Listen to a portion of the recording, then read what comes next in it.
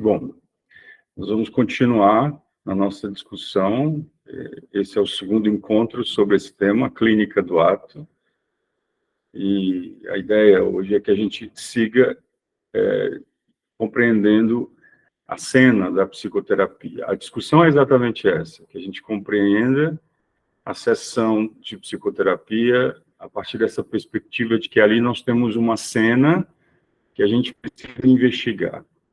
Claro que quando alguém busca psicoterapia, o objetivo é dar conta de algum sofrimento, né? Quando alguém busca análise, o objetivo é dar conta de algum sofrimento, e aí na lógica da análise, a partir do sujeito do inconsciente, aqui na gestalterapia e na psicologia existencialista, a partir da experiência. Então talvez seja uma distinção importante para a gente fazer aqui também, não é? A psicanálise partiria do sujeito inconsciente, a gestalterapia, a psicologia existencialista, parte da experiência. Nosso ponto de partida é a experiência. Só que, numa e noutra, há ali uma configuração que eu estou dando o nome de cena, que é a cena da vida daquela pessoa, e por cena eu quero me referir exatamente a essa dimensão global daquilo que se passa ali, e que aquele sujeito apresenta como sendo o sofrimento, a demanda. Só que o nosso olhar, a nossa escuta clínica, precisa dar conta de uma dimensão mais global, que aí eu estou dando o nome de cena. Na gestalterapia a gente vai chamar de organismo e meio.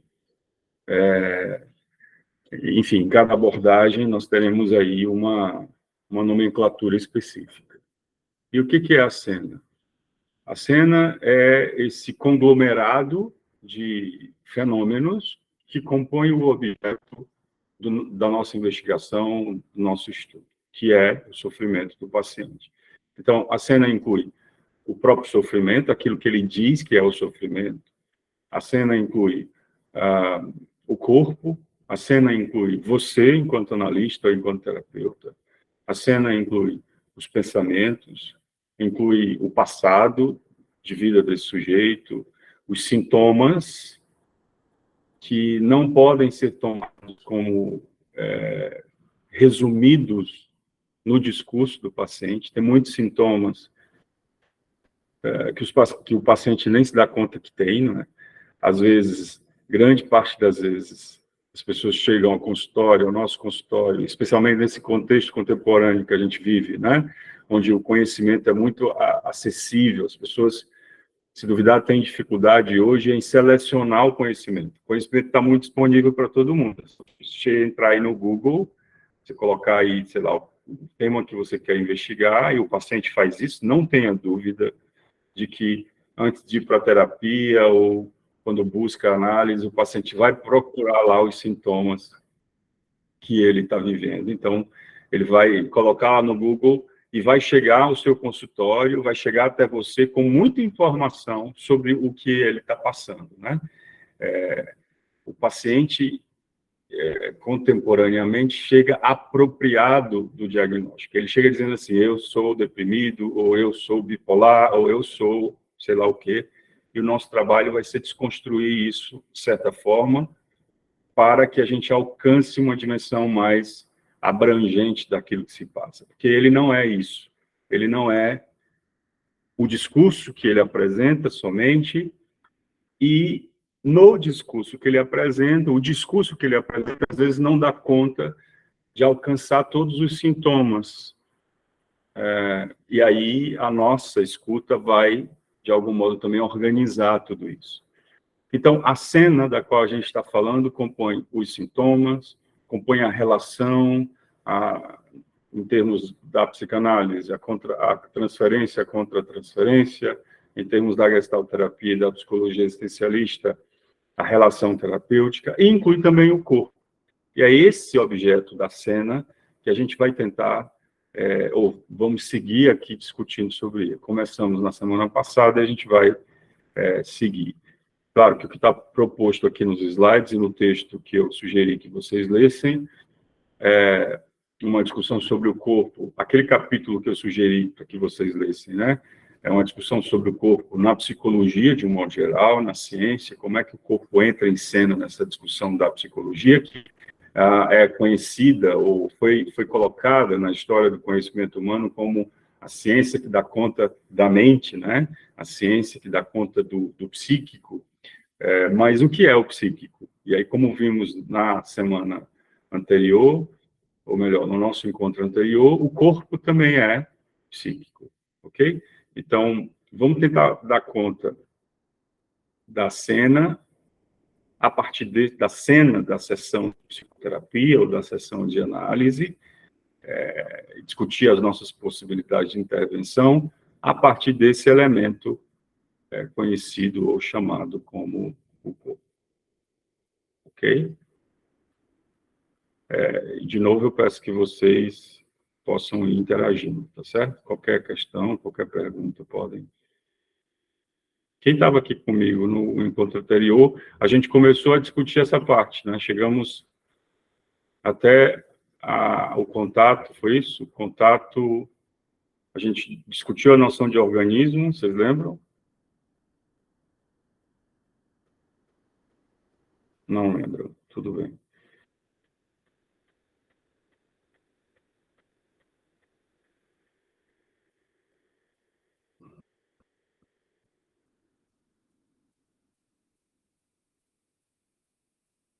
Acho que nós chegamos a discutir essa parte aqui. E ficamos aqui. Foi isso? Essa é a minha memória. O que é? Aqui são três noções fundamentais para a gente compreender a prática clínica ou para a gente compreender a experiência clínica a partir da gestalterapia. E, de novo, essa discussão aqui é no contexto da gestalterapia, mas vocês precisam abrangê-la para as dimensões, para os outros campos, né, que estão incluídos aqui na nossa discussão, a psicologia existencialista e também a psicanálise. Mas vamos tentar entender, vamos tentar fazer essa demarcação aqui sobre o que é o corpo, o que é o contato, o que é a awareness. Para começo de conversa, é importante que vocês entendam que a palavra corpo está sendo tomada aqui não somente enquanto corpo coisa, né? Aquilo que você vê do paciente, mas, além disso, a experiência da própria pessoa sobre o seu corpo. O corpo é uma experiência, na verdade, né? Se a gente toma o bebê muito pequenininho, o bebê que está aí, que acabou de nascer, não é? Ele é um corpo que chega no mundo, até então ele estava ali guardado pelo ventre da mãe, estava naquela configuração, naquela cena bem protegida, mas uma vez que ele sai da barriga da mãe, ele encontra o mundo como esse vasto campo do qual o seu corpo passa a fazer parte. E essa experiência ela é muito, de certo modo, traumática, por outro lado, muito potente, porque é a partir desse momento que o bebê vai, através do maior órgão do corpo humano, né, que é a pele, ele vai entrar em contato com esse mundo, né, e com os outros sujeitos que estão em volta. Então, o corpo é uma experiência no sentido de que essa coisa física que nós temos, ela vai começar a ser tocada, ela vai começar a experienciar sensações, ela vai começar a ser nomeada, e a nomeação é muito importante, né? O banho, como se diz na psicanálise, o banho de linguagem que o outro fará com essa criança, tem no corpo o seu primeiro locus, digamos assim. O momento em que a mãe, por exemplo, vai nomear aquela mãozinha do bebê, aquela boquinha do bebê, o olho, tudo isso compõe um processo de subjetivação. E é aqui que eu queria chamar a atenção de vocês para a ideia de que o corpo é uma experiência. Porque é a partir dessa vivência de subjetivação, que inclui todos esses elementos que eu pontuei, não é? O fato desse corpo ser ter uma dimensão psicofisiológica, de sentir os estímulos, de provocar estímulos, o fato desse corpo ser um objeto com o qual se fará essa construção simbólica da linguagem, tudo isso vai construir a experiência psíquica desse sujeito em formação. No campo da psicologia existencialista, da fenomenologia e da gestalterapia, essa experiência, uma experiência fundante, né, de todo o processo que se formará a posteriori, porque se a gente toma, inclusive, dimensões como partes do corpo com as quais o sujeito está mais confortável, no sentido de nomeá-las, no sentido de tocá-las, no sentido de dar conta daquilo que se passa ali, tudo isso é resultado de todo esse processo de experiência que vai sendo construído entre esse sujeito e o mundo, esse sujeito e o outro. Então, o Peirce afirma, nesse sentido, que o organismo e o meio se mantêm numa relação de reciprocidade. Seu relacionamento é o de opostos dialéticos. É essa reciprocidade que a gente vai precisar compreender para pensarmos o corpo não mais como coisa física, mas como corporeidade, ou seja, como experiência. Porque a lógica aqui é essa lógica de relacionamento, né? Entre o corpo enquanto coisa e o corpo enquanto elemento psíquico, entre o corpo enquanto um objeto e um sujeito separado do mundo, né? E o corpo enquanto elemento que compõe essa totalidade do mundo, que são as pessoas, né? A ideia de opostos dialéticos traz a compreensão de que não há cisão, pelo contrário, não há cisão entre corpo e mente, não há cisão entre sujeito e mundo. Pelo contrário, um só existe no relacionamento com o outro. Só é possível eu pensar a mente, né, como essa dimensão que compõe um sujeito, e aí quando eu falo da mente aqui, eu falo do aparato cognitivo, não é a perspectiva psicológica, como dizemos, né? Só é possível pensar o psicológico a partir desse relacionamento e dessa oposição dialética. Por que é a oposição? Porque um faz tensão diante do outro, né? E um não existe sem o outro. Bom dia, Ismael. Pois não.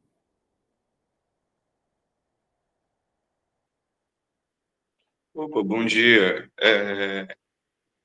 Você estava descrevendo sobre corpo e corporidade, e aí eu estava escutando aqui e parece que toda a tua descrição tem muito a ver com a lógica de consciência para a fenomenologia, né, que é uma lógica que se estabelece enquanto relação. Isto posto, eu queria perguntar se, dentro dessa perspectiva, a gente pode colocar o corpo enquanto consciência, de fato, pelo menos esse prisma da fenomenologia. Perfeito. Podemos sim. É exatamente esse, talvez, o maior escândalo da fenomenologia, especialmente no campo do existencialismo, né? O Sartre radicaliza completamente a noção de consciência quando ele coloca a consciência encarnada, né? Isso já estava, de certo modo, lá no Husserl, no Heidegger, isso está muito claro também na fenomenologia do Merleau-Ponty, mas o Sartre talvez faz isso de uma maneira mais, como é que eu diria, mais ligada à tradição filosófica, porque ele segue que o Merleau-Ponty, o Heidegger e o Merleau-Ponty, por exemplo, abandonam a palavra consciência, não é? A expressão consciência, mas o Sartre segue usando a expressão consciência, e é nesse sentido que ele radicaliza a compreensão sobre a consciência quando ele diz que o corpo é consciência. Então, sim, para a psicologia existencialista e para a fenomenologia de um modo geral, a consciência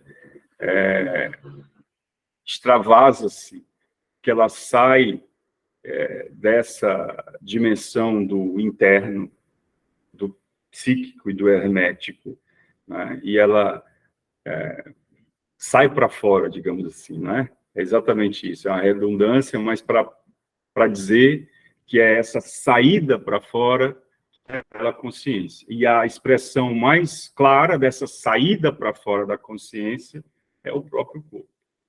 Nessa obra, aqui, na Clínica do Ato, inspirado no Sartre e no Giacometti, eu chego a afirmar exatamente isso. O corpo é essa escultura da existência. É escultura da existência no sentido de que o corpo apresenta essas fronteiras da própria consciência enquanto uma possibilidade de relação. Então, você foi preciso ao colocar essa questão aí para nós.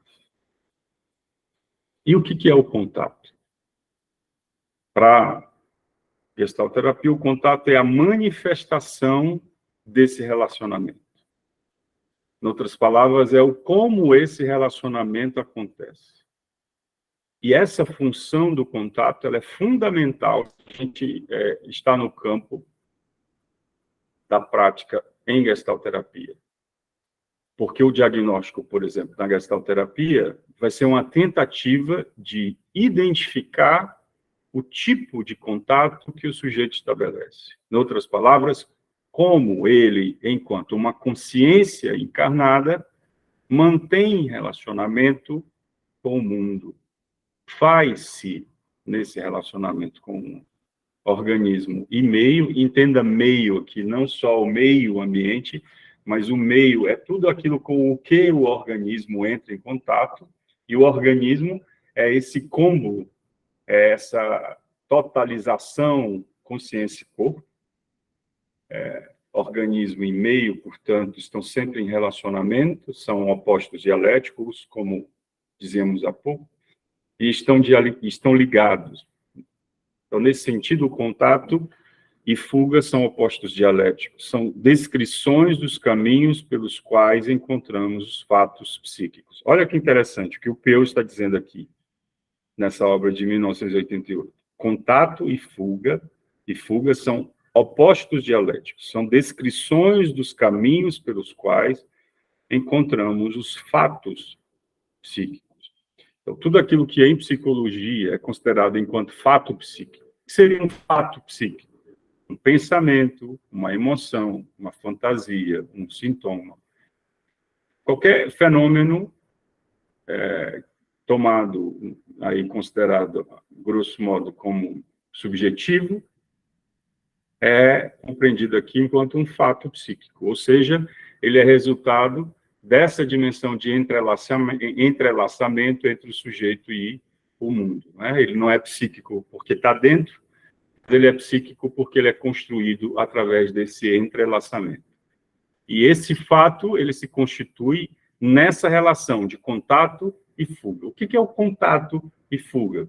É a engrenagem dessa dimensão de opostos dialéticos. Por exemplo, eu sou mundo, né? Eu, enquanto Daniel, sou um sujeito, mas também sou mundo, mas eu sou um sujeito íntegro. Né?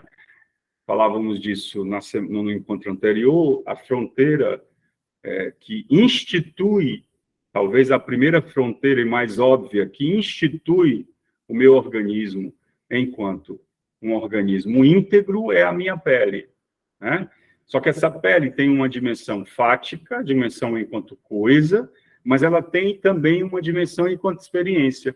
Por exemplo, tem regiões do meu corpo que, se me tocarem, eu fico mais sensível, outras que, se me tocarem, eu não me sinto tão afetado, eu me permito determinados tipos de contato físico, percebem? Eu, enquanto sujeito. Então, eu sempre conto a experiência de um paciente adolescente que eu tinha, que ele só se permitia o cumprimento assim, ó. Ele estendia a mão e era um aperto de mão, o braço dele já calibrava uma distância, né? Nossa. E era esse o tipo de contato que ele se permitia, né? Contato físico, a aproximação entre ele e o terapeuta. Assim como há pacientes com os quais é possível você abraçar, você beijar. Então, perceba que aí há uma dimensão, uma estruturação de um contato enquanto aproximação e também uma dimensão de fuga, ou seja, aquilo que é o distanciamento. Essa dinâmica se chama de contato e fuga entre o organismo e o meio. O organismo não pode, exatamente para se manter íntegro, estar todo o tempo no contato, que aí seria adoecedor. Só a gente pensar, por exemplo, aqueles homens de 40 anos, eu estou dando um exemplo de 40 anos, sei lá por quê, mas aqueles homens, essa geração que ainda está na barra da saia da mãe, digamos assim, né? E a fuga o tempo todo também é adoecedor. Por exemplo, aquelas pessoas que estão no outro oposto. Percebem o que eu estou dizendo, pessoal? Então, é essa relação dinâmica, se a gente pensa organismo e meio, que é a relação, essa relação fluida, né? Que é a relação saudável. As emoções são, nesse sentido, a própria energia presente nesse ato de contatar. O Sartre vai chamar a emoção de um tipo de consciência. Fica claro, eu imagino para vocês, porque é um tipo de consciência. Tudo é consciência, para a fenomenologia, para o existencialismo e para a gestalterapia. E a emoção, enquanto um tipo de consciência, o Sartre diz assim, na emoção, o corpo, e aí ele está sendo didático, ele não está fazendo uma distinção entre corpo e mente, mas ele está sendo didático. Ele diz, na emoção, o corpo dirigido pela consciência muda as suas relações com o mundo. E aí que a emoção surge. A emoção não é alguma coisa que vem de algum lugar, como um espírito que me toma, como uma entidade que me toma, e que não tem relação com o que se passa aqui comigo, no meu corpo, nesse lugar que eu estou. Não. Pelo contrário, a emoção é uma consciência de segunda ordem, ou seja, ela chega e ela aparece a posteriori de uma experiência que já estava lá instalada. E o primeiro lugar dessa instalação é o próprio corpo enquanto coisa, né? É a partir dessa instalação da consciência enquanto corpo como coisa que a emoção surge. Então, o paciente diz, eu estou triste. Você, numa investigação fenomenológica existencialista, vai precisar, com esse paciente, recordar, e aí quando eu falo de recordar aqui, não estou apenas referindo à ideia de memória, mas a ideia de fazer esse trânsito ao contrário a uma experiência primeira, a partir da qual essa emoção, tristeza, surge como uma emoção. Então, mais importante do que falar sobre... É claro que a gente vai falar sobre a tristeza, claro que a gente vai entrar em contato com a tristeza, mas fazer isso para, como diria o Russell, voltar à coisa mesma. A coisa mesma está lá no corpo, provavelmente. O Jorge Ponciano, que é um grande nome da gestalterapia no Brasil, é que ele dizia que quando você não souber o que fazer numa sessão de psicoterapia, volte para o corpo. Em outras palavras, olhe para o corpo do paciente, olhe para o seu corpo, sinta o seu corpo, veja a sua postura, a sua respiração. Sugira que o paciente faça a mesma coisa. Quando você se perder lá, em qualquer outra dimensão de pensamento, de intelectualização, volte para o corpo e você vai encontrar ali, provavelmente, algumas pistas do que se passa ali naquela sessão. Então, tudo isso para dizer que a dimensão do contato, ela é uma dimensão que está intimamente ligada com esse enraizamento do sujeito no mundo, do sujeito na experiência. E o enraizamento tem como sinônimo o corpo. Tem uma dimensão que eu estava, inclusive, pensando hoje de manhã, antes da aula, pensando em trazer para vocês, que a gente, se duvidar, precisava discutir mais isso, né? E tem um dos casos aqui que eu apresento nesse livro, que é o caso do João, que é um paciente com deficiência física. Foi um caso emblemático nessa pesquisa que eu fiz, porque é um paciente que usa muletas, e quando ele me procura para psicoterapia, ele liga para marcar a sessão, ele não diz que é deficiente físico, né? Mas, obviamente, quando ele chega ao meu consultório, eu abro a porta para recebê-lo, eu vejo que tem lá uma pessoa que usa muletas. E, obviamente, que eu comecei a assumir uma performance de acolher aquela pessoa. Afastei o tapete para que ele não escorregasse, perguntei se ele estava confortável na poltrona, coloquei mais almofada na poltrona para que ele se sentasse de maneira mais confortável. E, a partir dessa primeira sessão, todas as demais sessões, eu já me organizava, já organizava a geografia do consultório para acolher o João. Em outras palavras, a sessão dele começava antes mesmo dele chegar. O corpo dele já estava ali anunciando um tipo de relação que era possível ter com ele antes mesmo dele chegar. E eu falo sobre isso nessa pesquisa, e a gente vai, talvez, ter tempo de olhar um pouco para o caso do João aqui. Se não, fica a dica aí para que vocês lessem, ou leiam. Mas uma coisa que eu estava pensando é que, em se tratando da sessão online, talvez uma dimensão que passe por nós despercebida, porque na dimensão presencial não tem como isso passar despercebido, que é a exterioridade da presença do outro, né? Desde os cheiros, a própria forma como o sujeito chega, como ele se senta, a roupa que ele usa, tudo isso está presente na sessão, né? Presencial, e você tem acesso a isso. A sua escuta também é afetada por isso. Mas na sessão online isso se perde de algum modo, né? E a questão que eu queria apontar aqui, talvez seja importante para a gente discutir, é essa dimensão da geografia da sessão online. Você já se perguntou, ou você já trouxe isso para o paciente, por exemplo, sobre o lugar onde ele está quando ele acessa a sessão online, quando ele acessa o consultório online para ter a sessão com você? Você já se perguntou ou já notou se passa despercebido para você se o paciente muda de ambiente ou não? Por que esses elementos são importantes? Que eles fazem parte da geografia, o que eu estou chamando aqui de geografia da sessão de psicoterapia, e que podem anunciar uma questão que está distante da demanda do paciente, mas se a gente olhar com cuidado, aquela dimensão, não é, que eu estou chamando aqui de geografia, tem íntima relação com a experiência que o paciente está trazendo ali enquanto sofrimento. Não se pode não perceber isso. O paciente mudou de ambiente, o paciente entrou na sessão online com você, ele mudou de ambiente. Você não percebeu? Como assim você não percebeu? Ou você mudou de ambiente e o paciente não percebeu?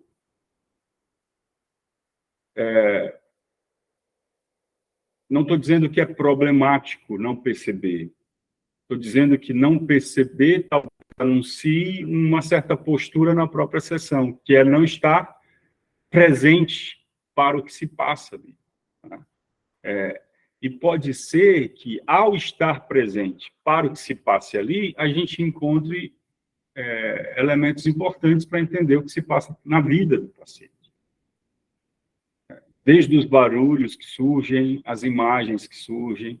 Eu costumo fazer assim, toda vez que eu estou num ambiente novo, geralmente eu atendo no mesmo ambiente. Então, acesso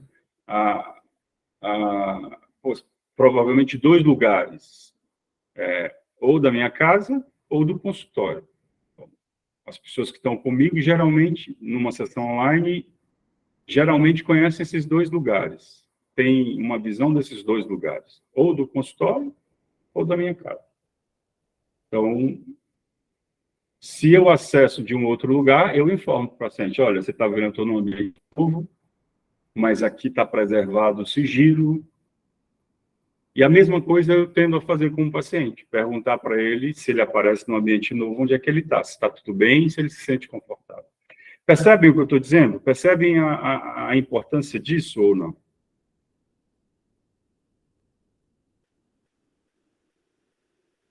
Sim, sim. Teve até uma situação de uma pessoa que eu atendi, que do nada a pessoa estava no carro.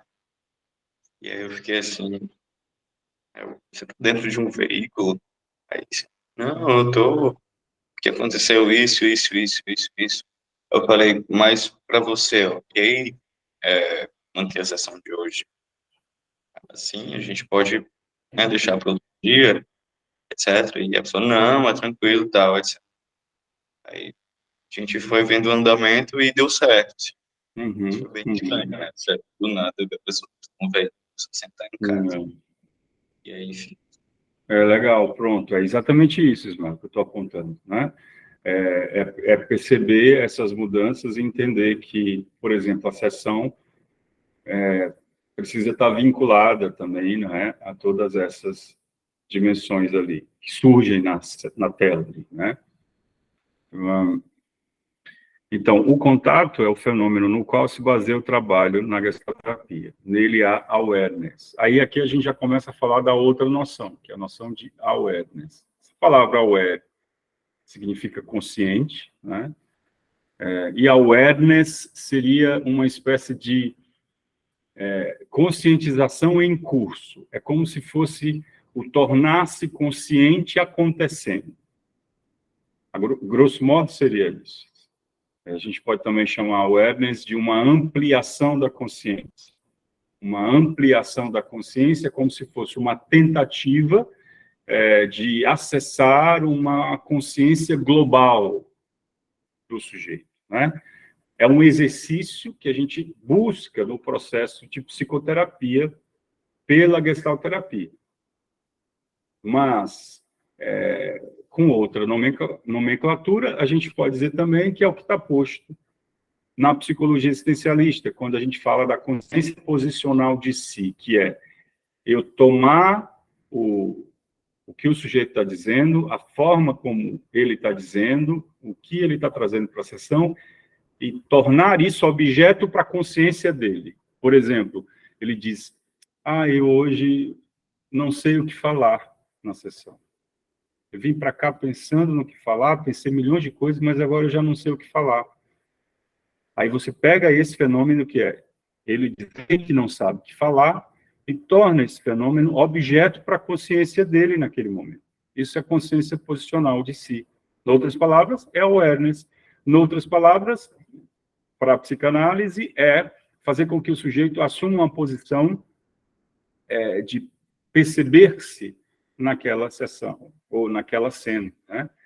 Então, por exemplo, devolver para o paciente, e como é para você? E como você se sente ao perceber que não tem o que falar na sua sessão de psicoterapia, tendo você se preparado tanto? Você pensou em tantos temas. Como é que é?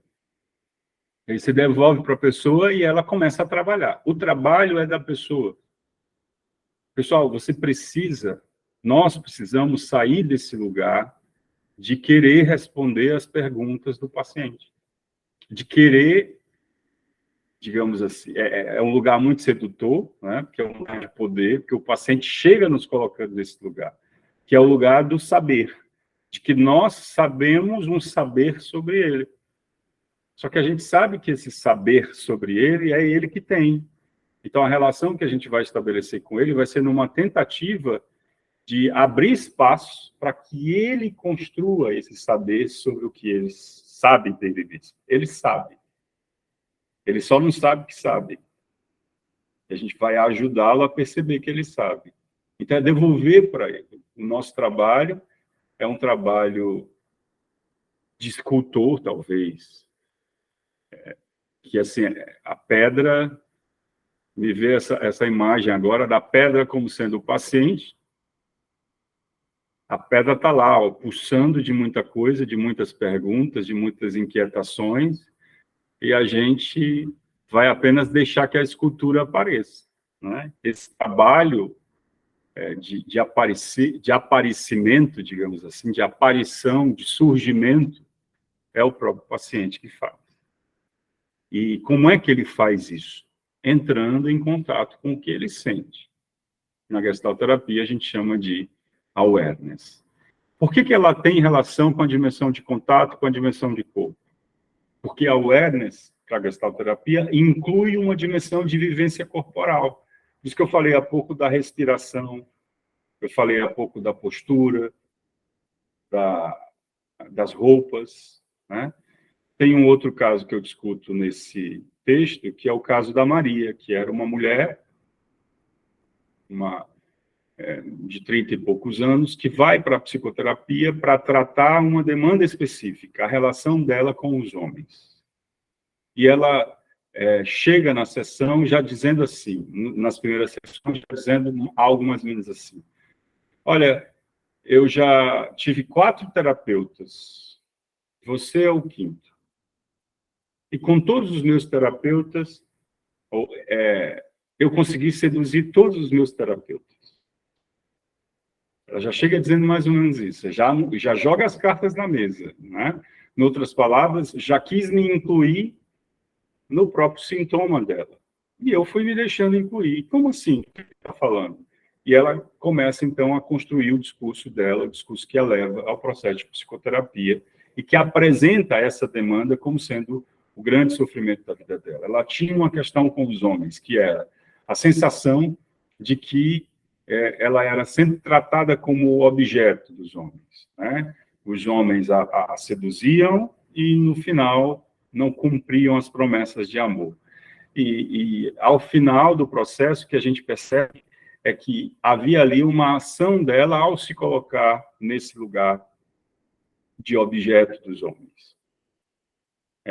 Falando em termos da psicanálise, ela era uma histérica clássica, porque ela fazia toda a cena de sedução, no final, se colocava como vítima. Então, essa era o paradigma que regia o sofrimento dela. E o que aconteceu no processo terapêutico? Comigo, terapeuta homem do outro lado, obviamente foi alvo de toda essa sedução dela. Então, às vezes, ela chegava na sessão vestida para matar. Não sei se isso é da geração de vocês, mas conhece essa expressão, vestida para matar?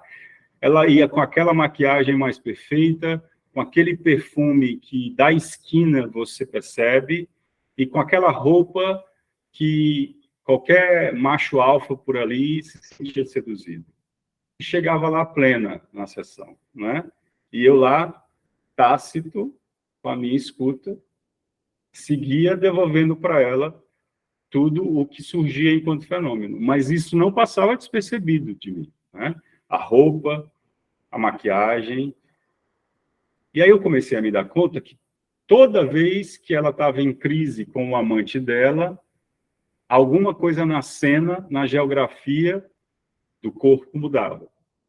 Então, ela só chegava assim, vestida para matar no consultório, quando ela estava em crise com os casos e com os namorados dela. Em outras palavras, ela estava ali numa dinâmica de buscar uma outra presa, digamos assim, né? E eu fui devolvendo isso para ela. Como? Claro que essa compreensão a gente só teve no final, mas eu fui devolvendo coisas para ela. Você está vestida diferente hoje? Você está maquiada diferente hoje? O seu cabelo mudou? E o contrário também, quando ela via toda desleixada, você mudou hoje? O que está acontecendo? Percebe onde é que eu quero chegar? Essas pistas, elas não podem passar despercebidas. De repente, o paciente entra aqui na sessão online com você, todo descabelado. Se for um careca, é fácil, né? Mas, enfim, chega mudado, a fisionomia muda, a cena do lugar onde ele está muda, e você não nota isso? Não é? Ou isso não é elemento do processo de trabalho de vocês? Precisa ser elemento do trabalho de vocês, certo? É isso que é o contato, não é? Então, nas palavras de Robin, o self é o contato. Deixa eu só abrir aqui uma tela aqui que não estava prevista aqui no meu computador. Deixa eu ver se ela sai aqui. Vocês estão me vendo, certo?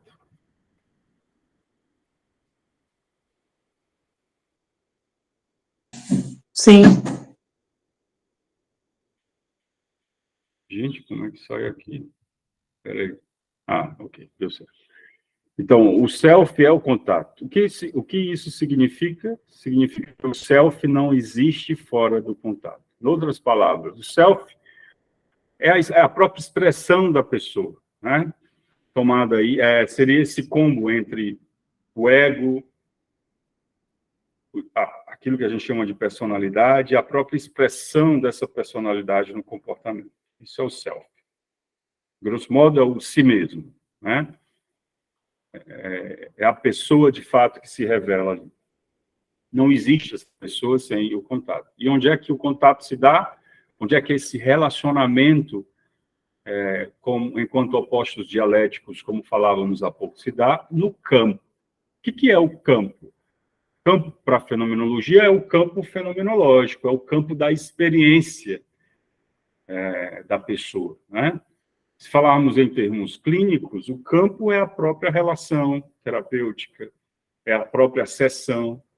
Aquela pessoa está se revelando na relação que estabelece com você. O sintoma que ela diz ter, o sofrimento que ela diz ter, se revela ali, na relação que ela estabelece com você. Ok? Perguntas? Então, o self pode ser localizado predominantemente no organismo ambiente, ou organismo-ambiente, organismo/ambiente, porque um não existe sem o outro, né? Se o self é contato, as modalidades de contato variam. Do mesmo modo como a visão pode ser abordada, às vezes, a partir do seu órgão de sentido, o olho, e daquilo que o sustenta fisiologicamente. Outras vezes, a partir do campo oval da visão, para retomar a expressão de Aristóteles. E outras, ainda a partir do objeto físico. O contato é dobra e redobra do self.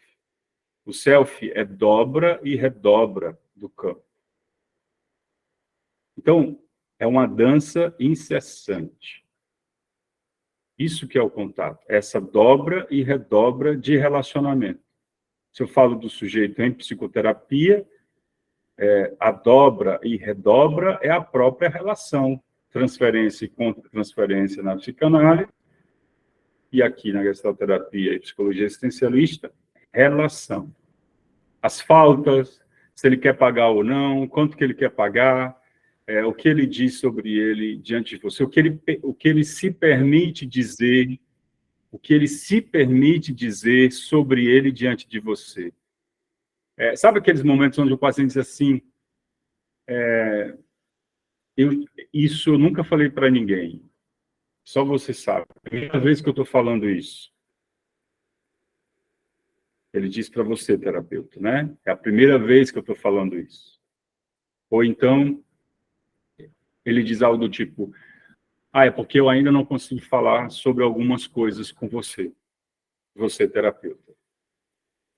Então, aí há dimensões de experiências que revelam a própria questão que o paciente está trazendo para a psicoterapia. É essa dobra e redobra da qual o Robinho está falando aqui. É essas costuras que o paciente se permite fazer com você, enquanto terapeuta dele, enquanto analista dele, ou lá fora.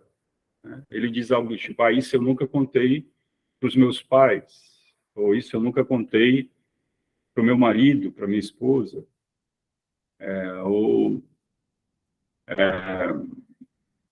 sei lá, não só sobre o que fala, mas sobre o que vive, né? Então, aí é possível encontrar dimensões da própria pessoa e que a gente precisa estar atento. O self, portanto, é a função do organismo.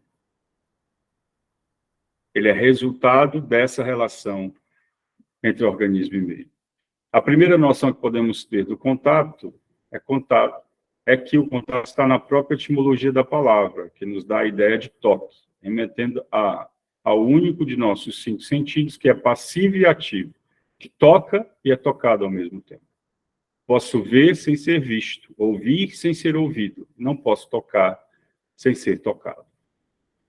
O Merleau-Ponty e o Sartre é que discordam um pouco dessa visão do contato, né?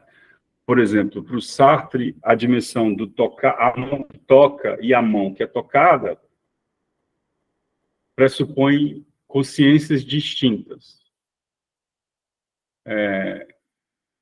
Eu posso ter a consciência de tocar, mas essa consciência de tocar é diferente da consciência de ser tocado.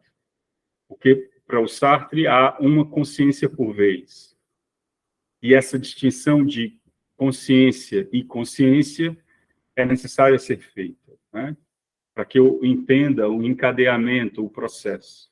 Para o Merleau-Ponty, não. Para o Merleau-Ponty, a consciência de tocar e de ser tocado é a mesma. Ele vai usar a expressão de quiasma para dizer que há aí um entrelaçamento. Não é possível fazer a distinção entre consciência de tocar e consciência de ser tocado. Porque, para o Merleau-Ponty, o homem é mundo, e aí ele e o Sartre vão discordar nessa possibilidade de fazer uma investigação sobre o processo de ser consciência. Para o Sartre, o homem também é mundo, só que na possibilidade de compreendermos que o homem é mundo, é possível eu fazer essa investigação dos tipos de consciência que eu tenho. Para o Merleau-Ponty não é possível fazer, porque a consciência é uma dimensão una de carnalidade ou de entrelaçamento com o mundo. E qual é a questão aqui? A questão, para nós, enquanto clínicos, é que é produtivo a gente tentar entender de onde vem aquela sensação, em outras palavras, aquela emoção que o paciente tem. O paciente diz assim: eu estou muito incomodado com a forma como o fulano me trata, ou a fulana me trata. Ele é agressivo, porque ele é sei lá o quê, né? Ontem eu estava, inclusive, com uma paciente que falava sobre uma demanda e ela já vem trabalhando já há alguns meses sobre uma pessoa, a forma como uma pessoa acessa ela. E ela tem consciência de que não precisa responder a essa forma, ela tem consciência que a demanda que o outro apresenta para ela não é uma demanda dela, mas ela segue incomodada com aquilo. Ela segue sofrendo com aquilo. E aí ontem nós falávamos exatamente disso. O que acontece aí? Você consegue compreender claramente que essa não é demanda sua, você consegue compreender claramente que o fulano está desorganizado, você mesma diz que ele não está num momento bom, que ele está sofrendo, e ele está recorrendo a você. Agora, por que você responde? O que acontece aí que, inclusive agora, ela até consegue não responder, ou seja, não atender a demanda do fulano, mas mesmo assim ela segue sofrendo. Ela segue com um incômodo, com um estranhamento. Aí eu devolvo para ela: o que acontece? De onde é que vem esse estranhamento? De onde é que vem esse incômodo? Com o que você está incomodada? Isso tem a ver com ela, não tem a ver com o outro. Percebem? Concordam comigo ou não? Porque ela entende o comportamento do outro, ela percebe que a demanda não é dela, ela já consegue não responder à demanda do outro. Ela começou sofrendo porque estava respondendo. Depois trabalhou, agora consegue não responder. Mas mesmo assim está sofrendo. Tem a ver com ela. Então vamos olhar para isso. Conviva um pouco com isso. Com o que você está sofrendo? Como é que você se sente? Quem é você quando você se pergunta sobre isso? Ela se sente culpada? Ela se sente como se tivesse a obrigação de fazer alguma coisa pelo fulano, diante daquela demanda? Então, isso tem a ver com ela. Percebem que tem a ver com a forma como ela está contatando, ou entrando em contato com aquilo. É isso que precisa ser trabalhado. Muito mais do que a solução do problema. A gente não trabalha solucionando problemas aqui. Com isso, eu quero dizer que o seu objetivo não é dar uma resposta para o problema que o paciente apresenta, mas o seu objetivo é fazê-lo, usando uma expressão existencialista, se tornar responsável, assumir a responsabilidade que ele tem nesse processo maior. Eu ia pedir para tu exemplificar nesse exemplo. Acho que o contato já fica mais explícito, mas acho que era mais relativo a self. É porque você falou que self é a expressão da pessoa, e aí Uhum. só colocar, tipo, isso aqui é self, isso aqui é contato, Ok, ok. para ficar Vamos claro, tentar pelo menos fazer. para mim, se é uma dúvida do pessoal, mas para mim, eu fiquei me perguntando isso. Ok, vamos tentar fazer isso, então. Então, vamos falar aqui em termos desse campo que a gente está colocando aqui, que é a gestalterapia, certo? O contato está para a relação, no sentido de o contato é o como da relação, o como da relação, como eu estabeleço a relação com aquele meio. E aí vocês devem concordar comigo que o contato vai mudar. Por exemplo, eu estava ontem vendo uma situação que era de uma criança. A gente estava aqui na área da piscina e eu estava vendo uma criança se comportando de determinado modo diante do pai, dos pais. O pai e a mãe estavam. Na hora que o pai e a mãe saíam, a criança se comportava de outro modo. É um exemplo típico, né? É o exemplo do comportamento da criança. Que a criança se permite fazer sob o olhar dos pais e o que a criança não se permite fazer. Vou tomar esse exemplo para falar das relações de um modo geral. O que é possível para você ou para uma pessoa fazer diante de outras pessoas? E aí eu não estou falando só do aspecto moral, não. Estou falando do aspecto relacional mesmo. O tipo de toque que é possível, o tipo de palavra que é possível usar. Vamos tomar o seu exemplo com seus amigos. Aquilo que você faz com seus amigos, aquilo que você faz diante dos pais. Aquilo que você consegue dizer para o seu terapeuta, aquilo que você ainda não consegue dizer para o seu terapeuta. É o como. O como fala do contato. Esse como, ele expressa uma configuração. O como já aponta para a própria ideia de configuração, né? Que é a ideia de Gestalt, da forma. Né? Essa forma, ela é classificada de determinado... Ela pode ser classificada de variadas formas, de variados modos. Né? Essa classificação é que a gente poderia chamar de self. Então, o contato está para o modo como eu me relaciono. Esse modo apresenta uma espécie de estrutura que pode ser reproduzida. A criança hiperativa, vou dar um exemplo. A criança hiperativa. Por que ela é, ou por que ela está hiperativa?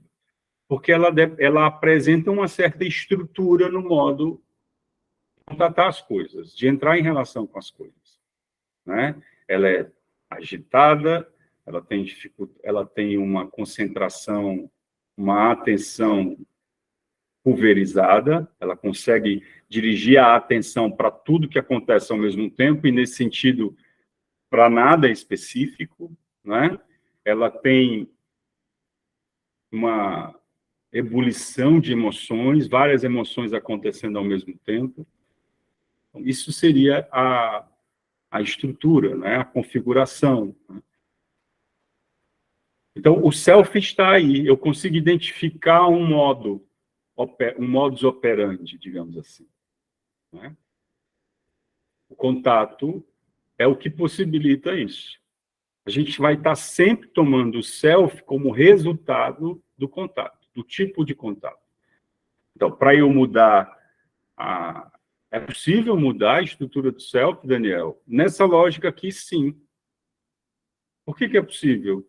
Porque o self aqui é fluido, e o saudável é que ele seja fluido. A depender do tipo de contato, eu vou estar assumindo uma atuação diferente.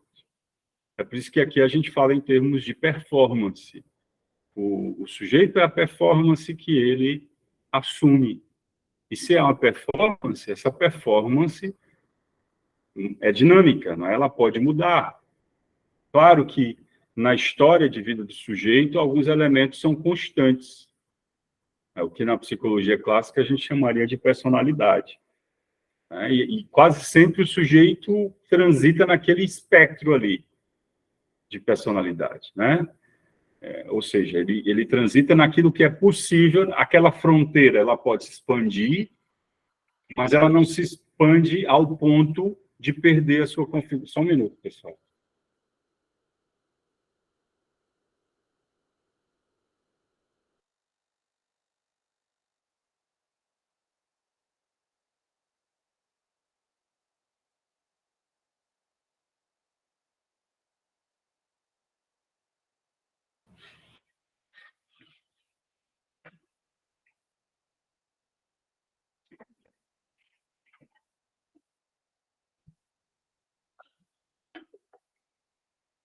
Voltei. Então, ela vai se expandir, mas ela vai se expandir dentro de determinada região de fronteira, né?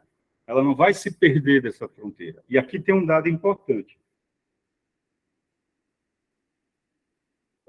Se ela sair dessa fronteira, aí a gente está falando de um momento de comprometimento psíquico.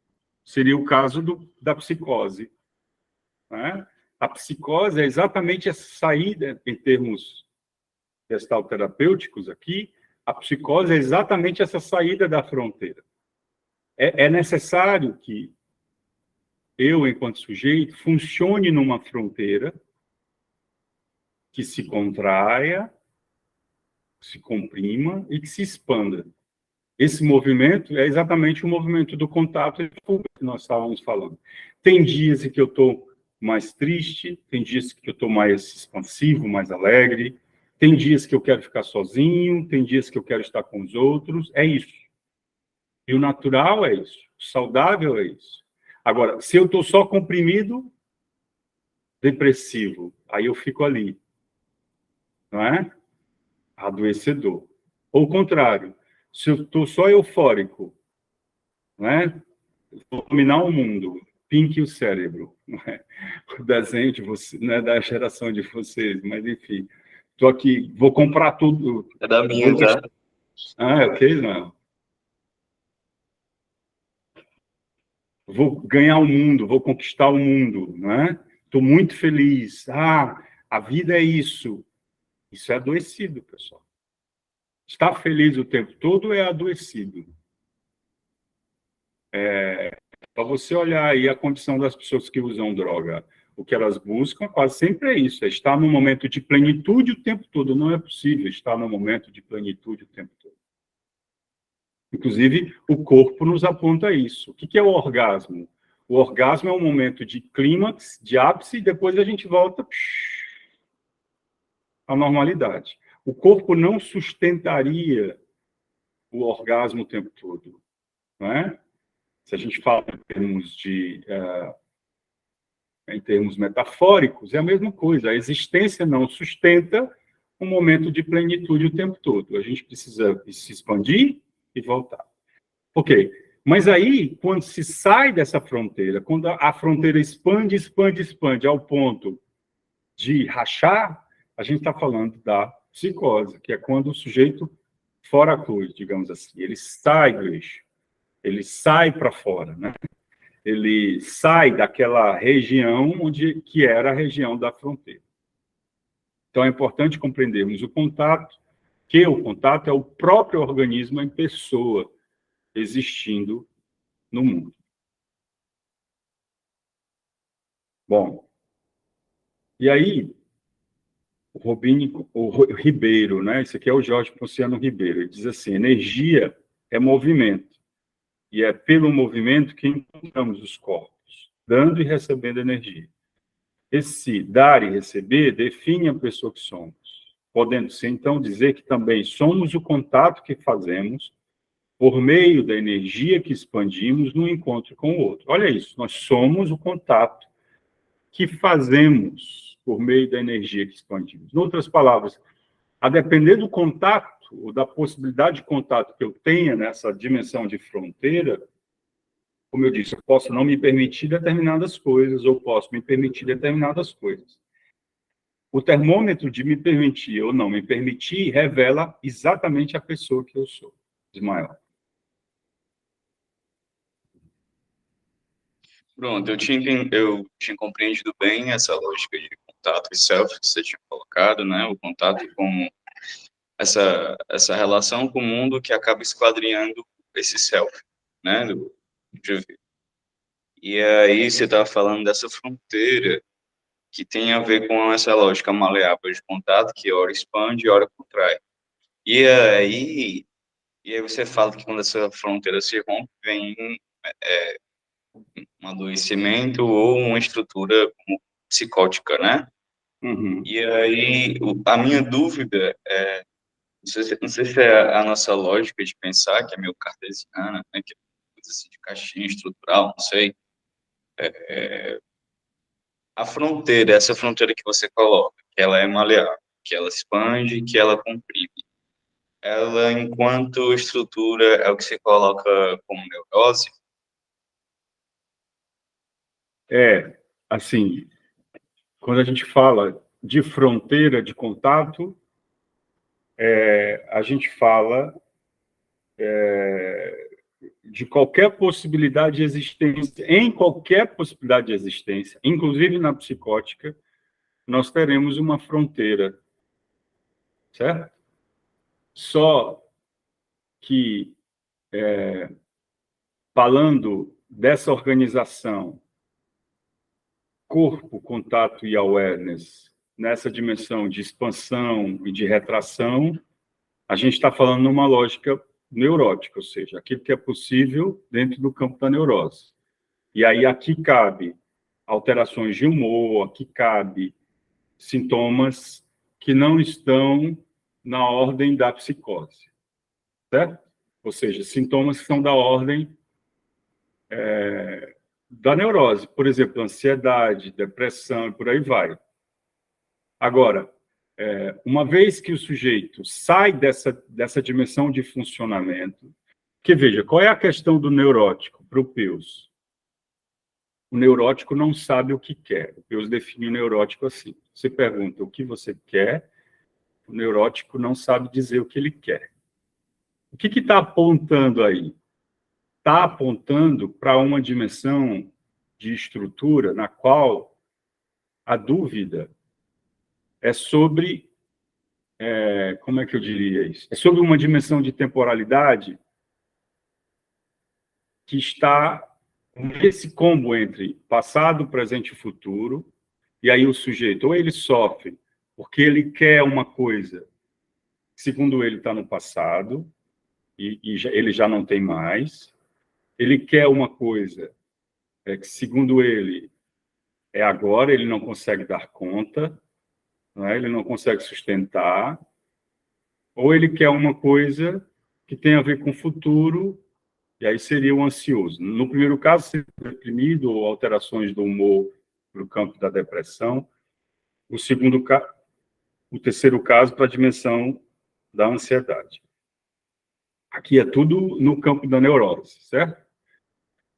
O psicótico, a questão do psicótico é sobre ele não saber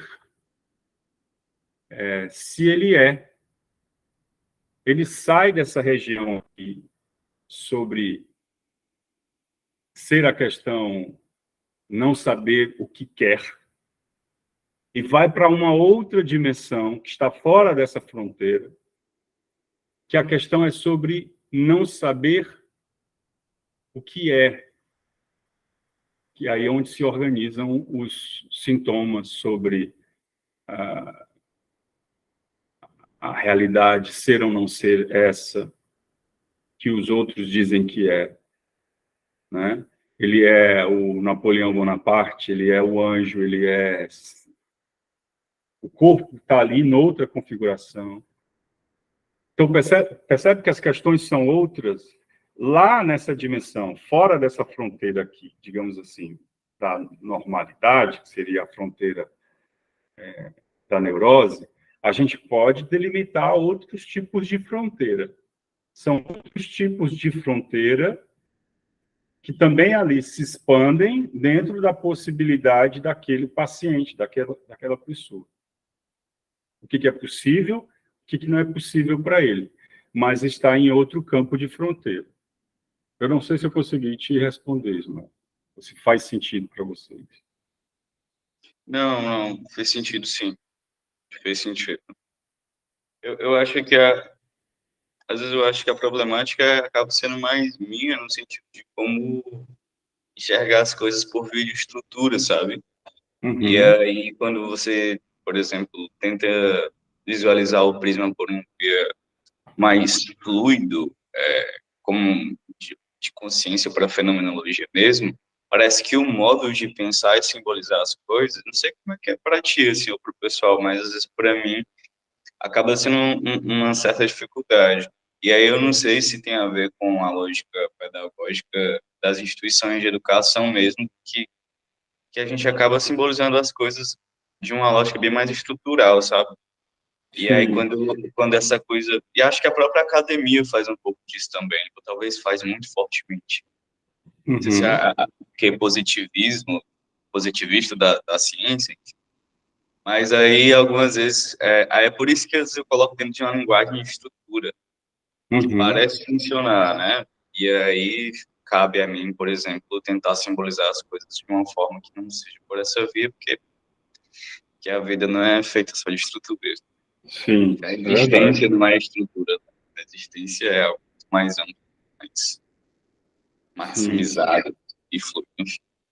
Sabe como é que eu lido com isso? Particularmente, assim, na minha relação com o paciente, a estrutura nunca está em questão. Nunca está em questão. É aquilo que eu acho que eu já falei aqui e vou retomar. Entre paciente e terapeuta não pode haver a teoria. Não pode haver, falando fenomenologicamente, não pode haver teoria, não pode haver diagnóstico, não pode haver nenhuma lente através da qual eu olho o paciente. A minha relação com o paciente precisa ser tete a tete, precisa ser de pessoa para pessoa. É isso que me inspira na minha prática. Seja esse paciente quem for, falando em termos de estrutura agora, né? Pode ser um autista, pode ser um esquizofrênico, pode ser um deprimido, pode ser um ansioso, pode ser quem for, pode ser uma criança, pode ser um adulto. A minha relação com essa pessoa é sempre uma relação de pessoa para pessoa. O que ela diz, como ela diz, o que ela sente, como ela sente, eu vou tomar sempre enquanto sendo uma pessoa. Então, é assim que eu faço na minha prática. O outro lado da história vou estudar, aí eu trago a estrutura. É aí que eu trago o diagnóstico. Vou fazer a supervisão, é aí que eu trago a estrutura, é aí que eu trago o diagnóstico. E falando em termos de fenomenologia, existencialismo, gestalterapia, a gente não vai poder fugir disso. A gente, fenomenologicamente, vai precisar dar conta da estrutura também. Claro que a nossa intervenção diante dessa estrutura, falando, por exemplo, de uma estrutura psicopatológica, né? Vai ser outra, diferente do que se faz na clínica clássica, ou na psiquiatria clássica. Por quê? Por exemplo, se eu tomo um paciente esquizofrênico, né? A partir de um lugar da fenomenologia, a minha intervenção não vai ser a partir da estrutura. Ele é esquizofrênico e, portanto, isso só é possível isso com ele. Porque eu já disse para vocês aqui há pouco como é que eu me relaciono com esse paciente, de pessoa a pessoa. Para eu compreendê-lo fenomenologicamente, eu vou tomar a estrutura como sendo uma estrutura da esquizofrenia, mas o lugar dessa estrutura no meu olhar clínico vai ser o lugar particular daquele paciente. Então, é assim, é tomar a estrutura geral da esquizofrenia na experiência particular daquela pessoa. É aquele paciente, é o José, que parece funcionar nessa fronteira da estrutura da esquizofrenia, que eu já entendo um pouco. Eu já sei que a esquizofrenia se organiza desse modo, por aí vai. Como é que isso está posto na experiência daquele paciente particular? Então, é aqui onde eu dou conta da estrutura, quando eu vou estudar, quando eu vou olhar de maneira mais precisa as possibilidades de intervenção e de ajuda para aquele paciente, talvez encaminhá-lo para o psiquiatra, porque ele está sofrendo muito com esse sintoma que ele me diz lá na sessão, onde eu me relaciono com ele tete a tete. Talvez pedir ajuda à família. Enfim, aqui há vários campos. E com a família eu vou assumir esse discurso. Esse discurso a partir da estrutura, porque eu vou orientar a família. Percebe, Ismael? Então, entre eu e o paciente não pode haver diagnóstico como modo de orientação para a relação. Eu vou estar com ele é uma pessoa. Mas saindo dali, quando eu for pensar o caso, quando eu for estudar o caso, aí eu vou falar em termos de estrutura. Escutar isso me tranquiliza muito, assim, porque justamente acho que quem está na prática de uma terapia, fenomenologia existencial, entende que essa prática ela não concebe essa lógica de diagnóstico, de estudo de forma rígida, né? E ali você está com uma pessoa, você está com um indivíduo. Mas aí, quando eu vou para uma lógica de análise, ou estudar, e aí saber que, por exemplo, você foi desse movimento, e que é assim, me tranquiliza muito, porque quando eu vou para essa lógica realmente de estudo, ou então, né, pós-sessão, vou pensar sobre, vou fazer alguma análise, alguma avaliação de como está as sessões, etc., isso adentra, entende? E aí eu fico pensando, poxa, mas será que isso não ontem que as instituições de saber poder instituíram para a gente como um modo de pensar apenas por via estrutural? E aí você trazendo isso, não, na minha prática ali é pessoa a pessoa, e nos estudos, por exemplo, é de um outro modo. Isso tranquiliza demais, assim, tranquiliza demais. Legal. Eu estava até pensando assim, será que o modo de pensar as coisas que eu estou fazendo é equivocado dentro daquilo que eu leio, dentro daquilo que eu prática, né? E é bem interessante que a gente pega essas coisas e coloca e se questiona mesmo sobre o método de estudo que está dentro das coisas, né? Porque talvez até isso, fala da nossa prática enquanto si e a gente se questionar, beleza, mas enquanto método de estudo, isso aqui tá acontecendo de modo coerente, assim, com o que eu pratico, com o que eu, né, absorvo, com o que eu assimilo, enfim. Então, para mim, assim, tranquiliza demais, porque eu estou num fluxo igual, assim. Muito obrigado. Legal. Uma coisa que me ajudou ao longo do meu processo de me autorizar enquanto alguém que oferta uma escuta clínica é colocar a minha própria performance como uma questão a ser pensada. O que eu quero dizer com isso? É eu me observar durante o momento, ou eu me observar a posteriori, claro, sobre aquele momento que eu estava ofertando escuta. Como é que eu me sinto com aquele paciente? O que eu fiz, o que eu não fiz? E aí o registro pós-sessão ajuda muito, especialmente com os pacientes que você sente mais dificuldade ou os pacientes que estão iniciando o processo. E como é esse registro? É um registro ipsiliter do que se passa na sessão, eu disse isso, o paciente disse isso, depois fez isso. Pode ser, eu acho isso pouco produtivo, fenomenologicamente talvez sirva mais você ir fazendo um texto sentido. O que é o texto sentido? É você ir colocando no texto, ou ir digitando, como você queira, a sua sensação, sabe, a intuição. Claro, e aí, especialmente se tratar de um paciente novo, começou agora, você ir colocando dados objetivos. Tem gente que preenche uma anamnese, aquelas perguntas todas da anamnese, Se for um caso difícil, se for uma criança, talvez seja fundamental que se faça isso, né? Que você vai estar em contato, seja com a instituição que encaminhou a criança, ou seja a própria família, para dar retorno para essa família. Então, é importante você ir tomando nota de todas essas informações, especialmente se for um caso com uma demanda específica, né? For uma criança que apresenta esse sintoma. Agora, de outro modo, fazer um texto sentido sobre a sessão, que é como você se sentiu com aquele paciente. Pessoal, não perca isso de vista, isso é fundamental.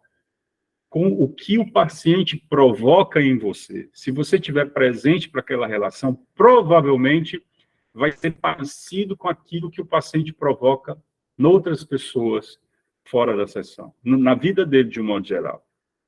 Ele diz, eu não consigo me relacionar bem com meu pai, porque é sempre assim, a nossa relação é sempre essa. Se você estiver atento para a relação de vocês, a sua relação com o seu paciente, você vai encontrar indícios no comportamento daquele paciente de coisas que ele traz de outras relações com outras pessoas. Então, estar presente para você durante aquele processo é fundamental. Esse trabalho que eu estou apresentando para vocês, que é resultado da minha pesquisa de mestrado, se deu a partir disso. Eu comecei a me perguntar sobre a minha própria prática. No início da minha prática, eu falei isso aqui no encontro anterior, eu ficava muito preocupado sobre qual a postura eu ia assumir na sessão. Se eu fazia isso, se eu cruzava os braços, se eu cruzava a perna, que roupa eu usava. E isso passou a ser um objeto da minha investigação. Por que eu estou preocupado com isso? Por que eu fico preocupado em assumir determinada postura e como é que isso vai repercutir no paciente? Veja, já tinha uma questão aí para mim, que era exatamente a questão do corpo. E eu comecei a estudar e investigar isso. Então, comece a se inquietar com as questões que você surge, ou que você sente, ou que surgem na sua relação com aquele paciente. Por que quando você está com aquele paciente, você se sente à vontade? Eu gosto de atender esse paciente, ou essa paciente. Eu me sinto bem, eu falo coisas que eu não falo com outros pacientes, eu faço perguntas que... Por que isso acontece com essa pessoa? Você já se perguntou sobre isso? Ou o contrário? Nossa, que paciente chato. Meu Deus, eu vou encaminhar esse paciente, eu não consigo ouvir, ele me irrita, é chato. Você já se perguntou por que isso acontece com esse paciente? Se perguntar sobre essas coisas é muito importante, porque isso pode falar. Primeiro, fala de você, provavelmente, e aí é importante que você leve isso para a sua terapia e para a supervisão, mas também fala sobre o paciente. Se você tiver num processo de fazer a sua análise, a sua psicoterapia, estiver levando seus casos para a supervisão, provavelmente fale muito do paciente. É o paciente que provoca isso. Isso está vindo do paciente. Então, tentar localizar é muito importante. Por isso aqui, inclusive, eu queria dar uma chamada aqui para vocês. A gente está aí concluindo o nosso primeiro ano, né? Vamos aí partir para o segundo ano. Esse primeiro ano tivemos pouco trabalho no que diz respeito, exceto aqui alguns casos, mas tivemos pouco trabalho no que diz respeito à supervisão. É muito importante o momento da supervisão.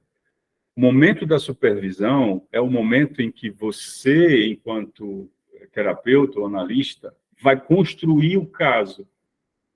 No momento que você começa a falar sobre o caso, ou escreve o caso, você mesmo vai se dando conta de algumas coisas que às vezes passam despercebidas se você não falar sobre o caso. Então, é fundamental que você construa esse processo de narrativa sobre o caso. Sabe a coisa de contar a história? Sabe quando você conta, você já assistiu um bom filme, você termina de assistir aquele bom filme, você fica, rapaz, que filme! O filme toca você de determinado modo. É a mesma coisa, ou não é a mesma coisa, mas é o mesmo sentido quando você começa a narrar o caso. Para você, algumas coisas, inclusive, vão ficando mais claras. Então, por isso é fundamental que a gente tenha os nossos momentos de supervisão. E aqui no nosso caso, né, nós temos duas possibilidades de supervisão. Primeiro, é no grupo de práticas clínicas, às quartas-feiras. onde a gente escolhe aquele tema e vai trabalhar os casos a partir daquele tema. E a segunda possibilidade, que eu acho que a gente só teve uma esse ano, é o grupo de supervisão à tarde, no sábado à tarde. Está previsto no nosso programa, mas eu acho que esse ano só aconteceu uma vez, que é muito a partir da demanda de vocês. Então, para o ano que vem, vamos tentar nos organizar para estar nesses dois momentos, no sábado, na quarta tarde, e se tivermos necessidade, no sábado à tarde, a cada 15 dias, ou podemos fazer uma vez por mês, que é compilar todos os casos para supervisão. E a supervisão em grupo, por que ela é importante? No momento que você escuta o seu colega fazer a narrativa sobre o caso dele, isso vai trazendo insights e compreensões sobre o caso que você está acompanhando. E no momento em que você se autoriza também a falar em grupo sobre o seu caso, o colega está ouvindo o seu caso e está contribuindo também. Não é só o professor. Esse trabalho em grupo ele é muito importante. A Fran levantou a mão. Oi, Fran. Eu acabei me perdendo aqui na colocação que você estava falando sobre a importância de observar, como é que você colocou? De observar o que você sente ao estar diante do paciente, né? O que o paciente provoca em você. Isso. No caso, você está me falando, por exemplo, eu vou dar um exemplo para ver se eu entendi claramente. Eu tinha uma paciente que ela tentava me controlar nas sessões, ela queria controlar a sessão. Então, eu me sentia o tempo todo, ela desmarcava comigo e falava comigo para não, várias vezes, né? Então, é isso, eu me sentia naquele momento, ela o tempo todo tentando me controlar o que eu falava, controlar a minha ação como terapeuta, até chegar um tempo que ficou inviável mesmo, o ponto de estar em atendimento com ela, porque ela literalmente, né, questionava quem é você, sabe? E aí eu quero saber mais ou menos isso, eu me sentia nesse lugar, e eu tive que encerrar o processo com ela.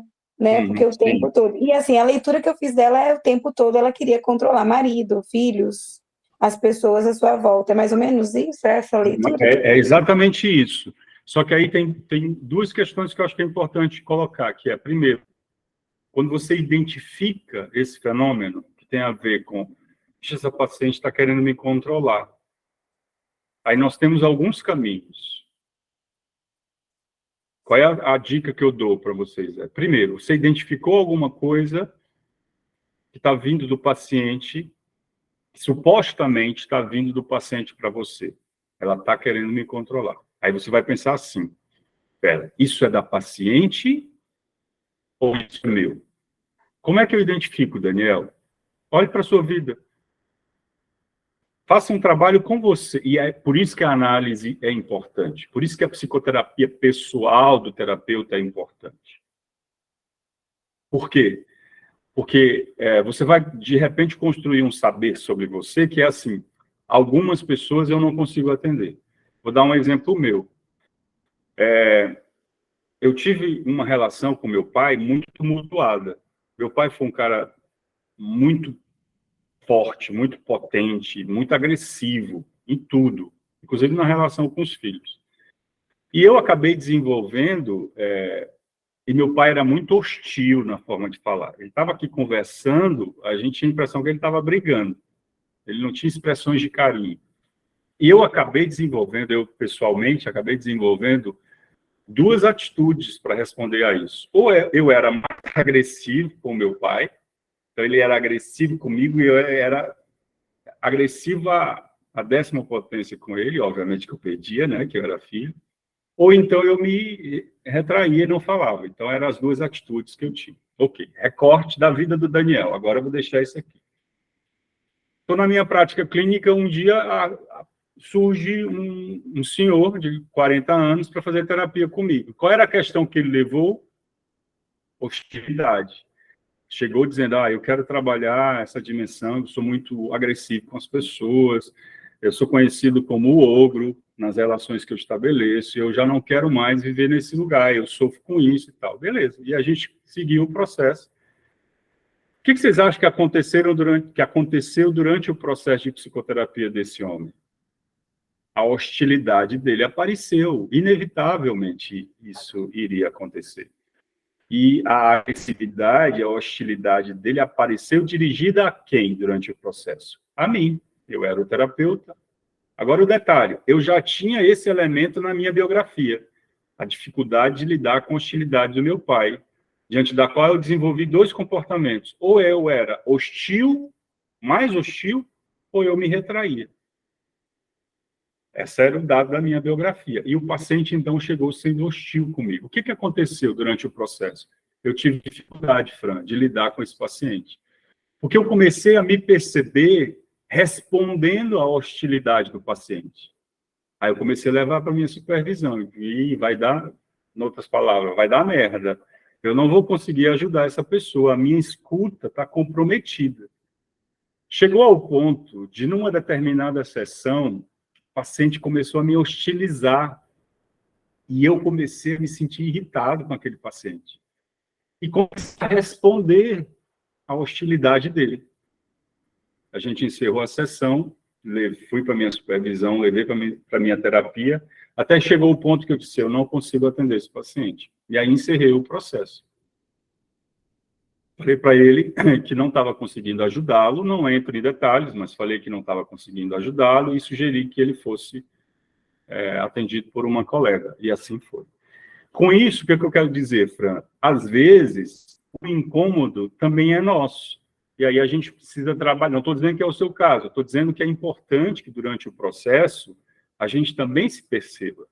E aí a gente faça um exercício de identificar se aquilo é nosso ou se aquilo é do paciente. Se aquilo for nosso e a gente tiver condições de sustentar a relação estando em supervisão e na nossa análise pessoal, psicoterapia pessoal, a gente pode tentar seguir.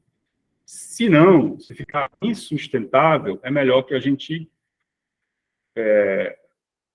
sugira que a pessoa seja atendida por outro.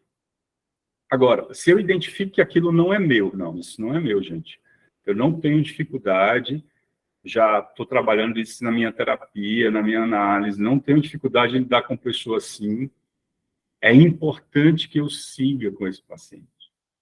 E aí eu vou devolver para ele todas as questões.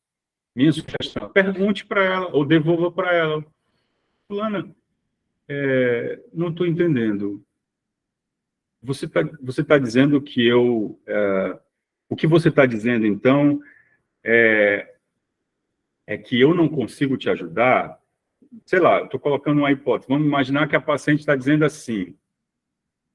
Sei lá, vou dar um exemplo. Você não está sendo clara. Vamos pensar que foi isso. O paciente diz assim, eu não entendi sua pergunta. Não acho que é relevante. Deixa eu exemplificar o que aconteceu com ela. Ela, que era um dia, por volta de 11 horas da noite, ela me mandou uma mensagem. E eu, de maneira educada, só respondi a ela e falei, amanhã eu converso com você, eu preciso descansar. Não, eu falei, eu vou descansar.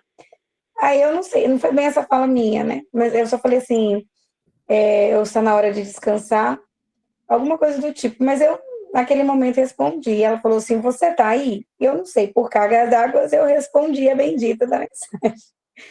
Naquele horário. No que eu respondi, ela queria que eu atendesse ela naquele horário. É a leitura que eu fiz. Só que eu não ia, eu estava deitada, eu estava com o celular na mão, mas naquele momento eu estava deitada. Eu não respondi da forma que ela gostaria que eu atendesse, que eu respondesse. Você vai dormir e eu vou ficar aqui acordada. Uhum. Essa foi a cena. Okay. E aí, beleza. E aí, no outro dia,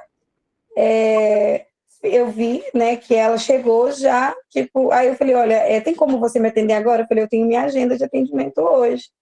Aí, se caso eu conseguir encaixar você, para mim vai ser um prazer, eu te aviso. Uhum. Aí ela comentou, é mais fácil falar com o presidente do que com a minha própria terapeuta. Você acha que você é quem? Né? Você acha que a sua agenda é tão louca? E aí começou as ofensas, entende? E aí eu achei muito Olha, né?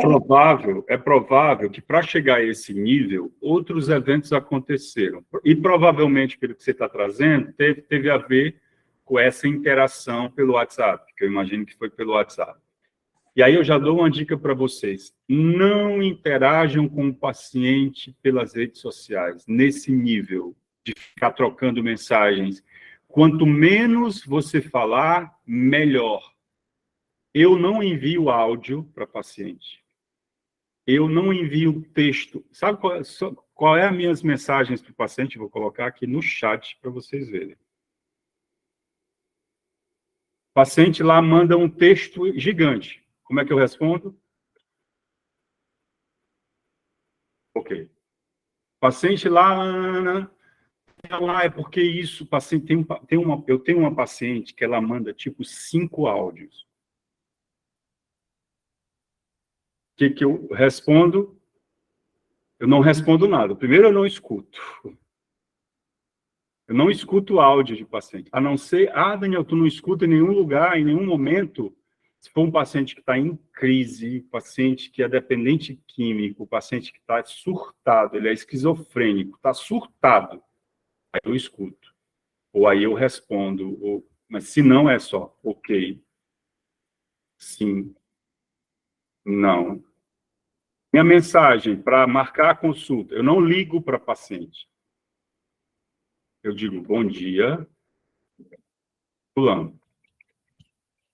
Confirmando, fulano. Confirmando nossa sessão amanhã às 14. Pronto. Aí ele, ok, quero mudar, não sei o quê, hoje a semana não posso, não sei o quê, não sei o quê. Ok, até semana que vem. Ou se eu tiver um horário na agenda,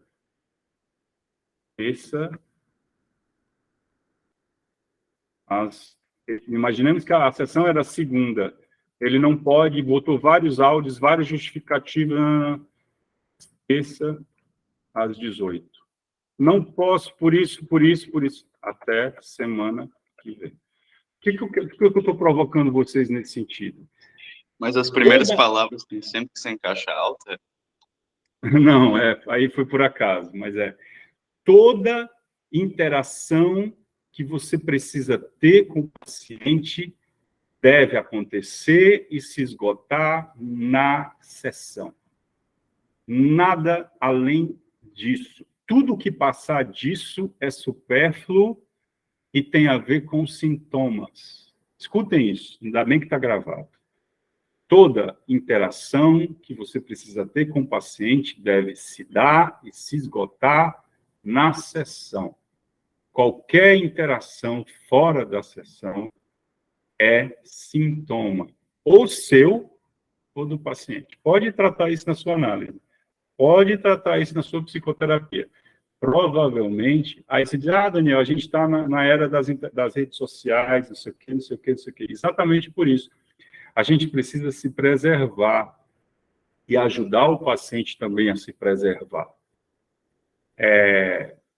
E aí, claro, Fran, aqui eu estou fazendo um recorte geral, não estou falando exatamente da sua postura, mas o que eu posso dizer, a partir do recorte que você está trazendo dessa paciente, provavelmente isso chegou a esse ponto,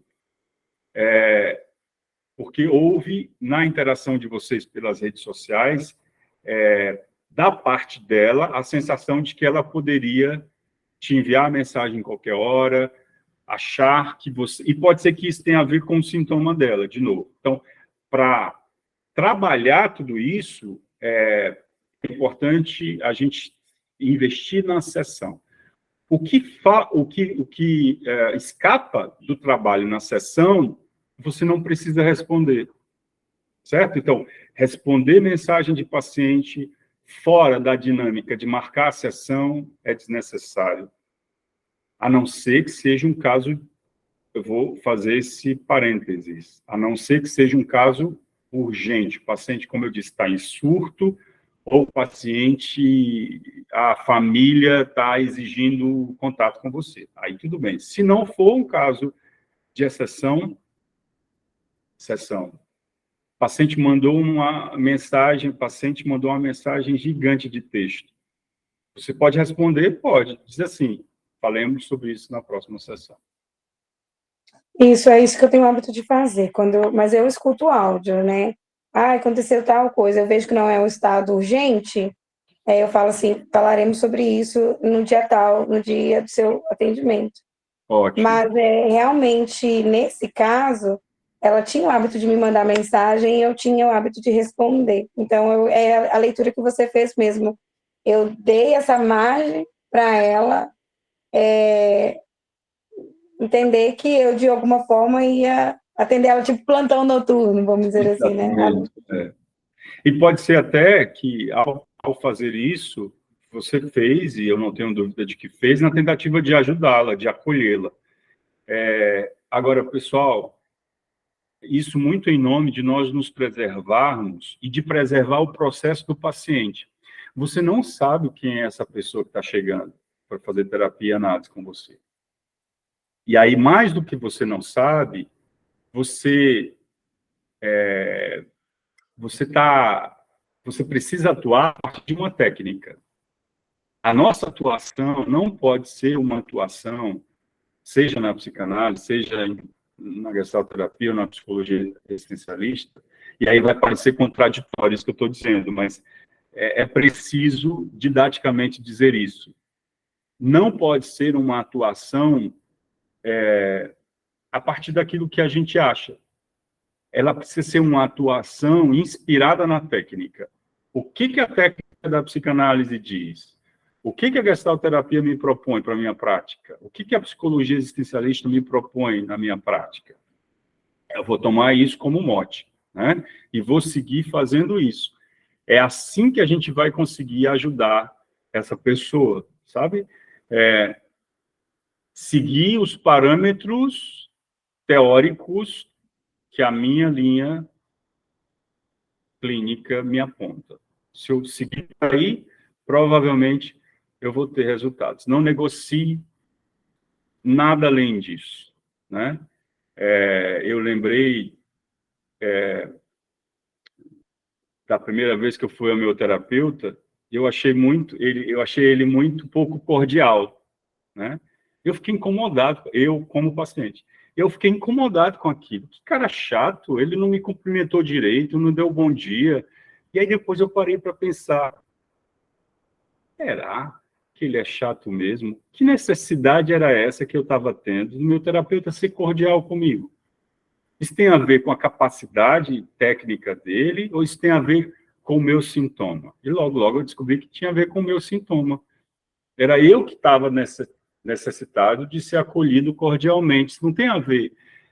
Com isso, eu estou dizendo que as questões que o paciente traz sobre a sua competência técnica não tem a ver com você, tem a ver com o paciente. Tem a ver com você se você estiver inseguro. E é natural que, especialmente no início da prática clínica, nós estejamos inseguros. Faz parte do nosso processo. Mas aí a dica que eu dou é, toda vez que você estiver inseguro sobre a sua postura técnica e profissional, leve para a sua supervisão, leve para a sua terapia, trabalhe isso lá. Porque a questão do paciente é do paciente e você vai trabalhar... Quando a sua paciente, Fran, diz assim, quem é você para não me atender? É mais fácil falar com o presidente do que falar com você. Trate isso na sessão com ela. Fulana, queria te ouvir um pouco mais sobre aquela sua mensagem. O que você quis dizer exatamente com aquilo? E assim, E aí você vai falando para ela, né? Mas como é que é para você, então, lidar com uma pessoa, com uma terapeuta que não está disponível? Como é que você se sente? Você consegue falar sobre isso? E a pessoa vai falando, ela que vai falando, ela que vai construindo ali. O exercício aqui, clínica, é mais ou menos assim, é entender que aquela questão é dela, não é sua. Se for sua, você vai trabalhar na sua análise. Se não, é ela que tem que trabalhar ali, a responsabilidade é dela. No processo, você vai ofertar a escuta somente. Isso é awareness? Isso é awareness. Isso é ampliação da consciência. Fazer com que o paciente entre em contato com a própria vivência. Por exemplo, às vezes o paciente diz... Uma paciente minha, ela diz assim, Daniel, tu é muito romântico. Ah, lá vem o Daniel romântico. Porque ela acha que a minha leitura da vida, na perspectiva dela, porque ela é uma pessoa muito pragmática, muito prática, pode até ser que eu seja uma pessoa romântica, mas essa não é a questão. A questão aqui é como é que é para você lidar com o seu terapeuta a partir da ótica que você tem de que o seu terapeuta tem uma visão romântica da vida. Eu devolvo para ela. Ah, é?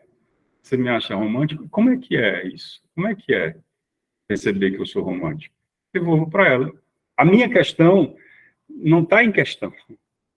Se o Daniel é ou não é romântico, se o Daniel é ou não é otimista ou pessimista, não está em questão. A questão aqui é, ok, então como é que é para você?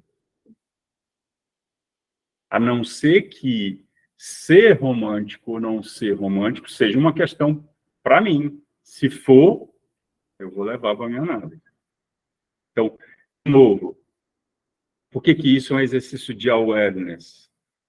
Isso é um exercício de tomar consciência do próprio processo de ser consciência. Eu enquanto terapeuta, faço parte disso, desse processo que deve acontecer com o paciente, faço parte, porque eu sou incluído na maneira dele entrar em relação com o mundo. Não é? A partir do momento em que eu aceito alguém em análise, eu aceito alguém em terapia, eu estou me autorizando a ofertar escuta a essa pessoa, estou autorizando essa pessoa a me incluir no drama dela. Olha que dramático. Se você aceita alguém, é por isso que é importante você pensar também sobre aceitar ou não aceitar alguém em psicoterapia. No momento que você aceita, você está autorizando essa pessoa a incluir você no drama dela. Você vai sustentar isso? Se você não sustenta, isso precisa ficar claro para você. Se você sustenta, isso também precisa ficar claro para você. Num caso ou no outro, você precisa ser responsável com esse processo, né? E a responsabilidade ela é construída nessa lógica de fazer a sua terapia, fazer a sua supervisão, estar presente para aquela pessoa, ok? No meu caso, eu em terapia eu faço, né? E aí uma das coisas assim, eu não tive essa leitura tão, né, pra gente analisar se tinha a ver. Estou fazendo esse olhar para dentro aqui agora. Parei mais vezes, né? Mas eu decidi não atendê-la mais, direcioná-la para uma outra terapeuta, falando para ela que, né, até aquele momento ali eu pude ajudá-la, mas daquele momento em diante eu não conseguiria mais ajudá-la e direcionei ela, né, para outro terapeuta, que isso para ela também não aceitou, né? Até eu falei com ela, olha, você faz online comigo, se eu oriento, né, você procurar presencial, né, alguém presencial. Aí ela já levou para outra leitura, que ela não era louca, que não precisava, que como assim, que eu, enfim, aí rendeu, mas aí por não conseguir ajudá-la, eu não estava conseguindo mesmo, eu estava rendendo e aí foi uma das coisas que eu decidi, né, no meu processo de análise, foi de parar aquele atendimento com ela. Acho que foi uma decisão sábia da sua parte, né? Entender também que há limites, e é importante que a gente reconheça os nossos limites, sem dúvida.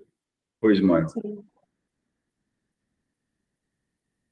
Eu quero aproveitar o ensejo e aproveitar também que não é psicoterapia, mas e aí, o veredito, é romântico ou não é? Como é que é? Eu sou muito romântico. Mas, em se tratando do caso da paciente, não era essa a questão. A questão é que ela tem uma visão muito pragmática. Aí, inclusive, hoje ela já consegue reconhecer que ela inclusive, usa a expressão do tipo, eu jogo ela diz isso, eu jogo uma pá de cal nas minhas emoções. As emoções atrapalham. as minhas emoções me impedem de ver de maneira precisa. Percebe, portanto, que a questão não era o Daniel ser romântico, mas a problemática para ela se mostrava no momento em que ela quer lidar com a vida, inclusive nas questões com as quais a gente não pode lidar de maneira muito assertiva e muito prática, quer dizer, assertiva talvez, mas muito prática, porque a vida não é assim, a vida não é preto e branco, né? A vida é uma fluidez de cor. Ela queria lidar de maneira muito assim, é preto ou é branco, comigo é assim. Aí, às vezes, ela chega em zonas cinzentas, sabe? E as zonas cinzentas para ela, quase sempre, são as zonas nas quais ela se sente emocionada. Ela não sabe lidar com a emoção dela. Aí, outro dia, ela estava fazendo uma leitura romântica da vida de Guanabara. Então, quem é o romântico aqui? Eu a provoquei nesse sentido. Ela começou a rir. É você, Daniel. Nessa relação aqui, você que é o romântico. Eu não sou, eu sou prática. Eu digo, ok. Então, você é prática.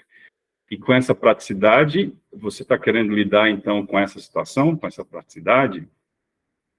Agora, pessoal, por que esse tipo de diálogo já é possível com essa paciente? Ela já está comigo pelo menos há 4 anos. Percebem que há aí uma construção, não é? Um processo que vai sendo construído e que é importante também que a gente esteja presente para ele. Entendendo que, às vezes, com alguns pacientes, esse tipo de diálogo vai ser possível, com outros não vai. E não tem a ver só com o tempo cronológico, não é? Mas tem a ver com a própria relação que é construída. Ok? Bom, eu vou parar agora um pouco aqui a gravação. Nós vamos fazer o nosso intervalo.